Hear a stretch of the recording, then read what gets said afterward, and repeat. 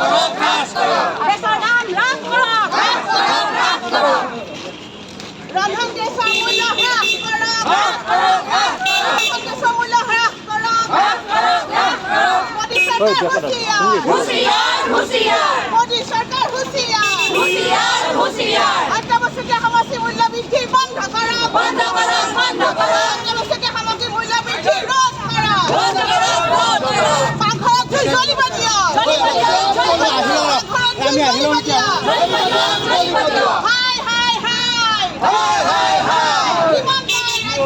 লুটি-পুটি খায়।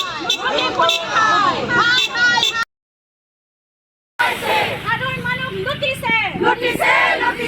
পুঁজিপতি খুৱাইছে। নৰেন্দ্ৰ মোদী হুঁচিয়াৰ। নৰেন্দ্ৰ মোদী হুঁচিয়াৰ। ৰন্ধন গেছৰ মূল্য হ্ৰাস কৰক।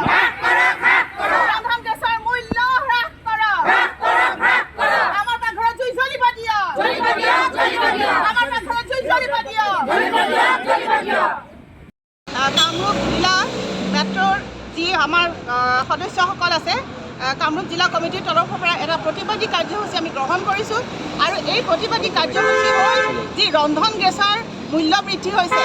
আজি যোৱাটো বছৰত 4বাৰকৈ ৰন্ধন গেছৰ মূল্য বৃদ্ধি কৰিছে এই বিজেপি চৰকাৰখনে।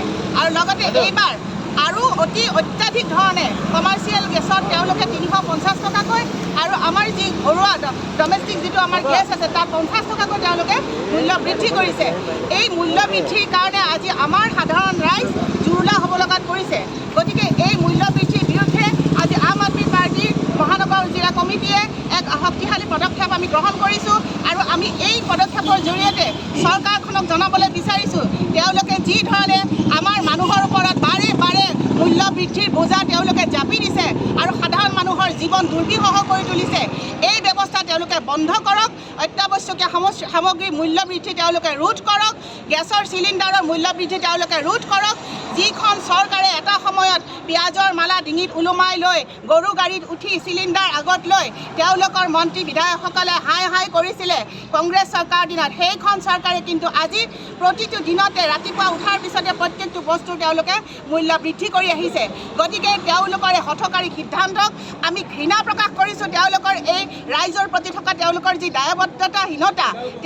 দায়বদ্ধতাহীনতা তাক আমি সজোৰে প্ৰতিবাদ কৰিছোঁ। তেওঁলোকৰ যি পৰিৱৰ্তনকামী চৰকাৰৰ যি তেওঁলোকৰ শ্লোগান, সেই শ্লোগান ফুটুকাৰ ফেনত পৰিণত হৈছে।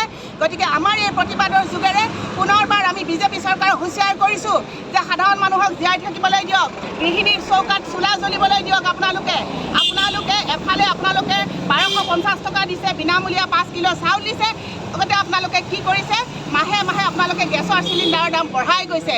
গতিকে মিঠাতেলৰ দাম আপোনালোকে 200 টকালৈকে বৃদ্ধি কৰিলে, বজাৰত আপোনালোকে পাচলি কিনিবলৈ সোমাবলৈ নোৱাৰি, বস্তুৰ ইমান দাম। তাত সত্ত্বেও কিন্তু আজি অসমৰ মানুহে কিন্তু মাত মাতা নাই, কিন্তু মাত মাতিছোঁ আমি আম আদমি পাৰ্টীয়ে। গতিকে এই আমাৰ প্ৰতিবাদী কণ্ঠস্বৰ যাতে চৰকাৰ ঘৰলৈ যায়, তাৰ কাৰণে আমি আজি ইয়াত একত্ৰিত হৈছোঁ। আৰু চৰকাৰক আমি জনাইছোঁ যে চৰকাৰ মহোদয়, আপোনালোকৰ মুখা পিন্ধা চৰিত্ৰ আপোনালোকে বাদ দিয়ক, আপোনালোকে জনসাধাৰণক শান্তিত থাকিবলৈ দিয়ক, মূল্য বৃদ্ধিক ৰোধ কৰক। स्मृति ईरानी जी, कहाँ है आप? अभी आप जो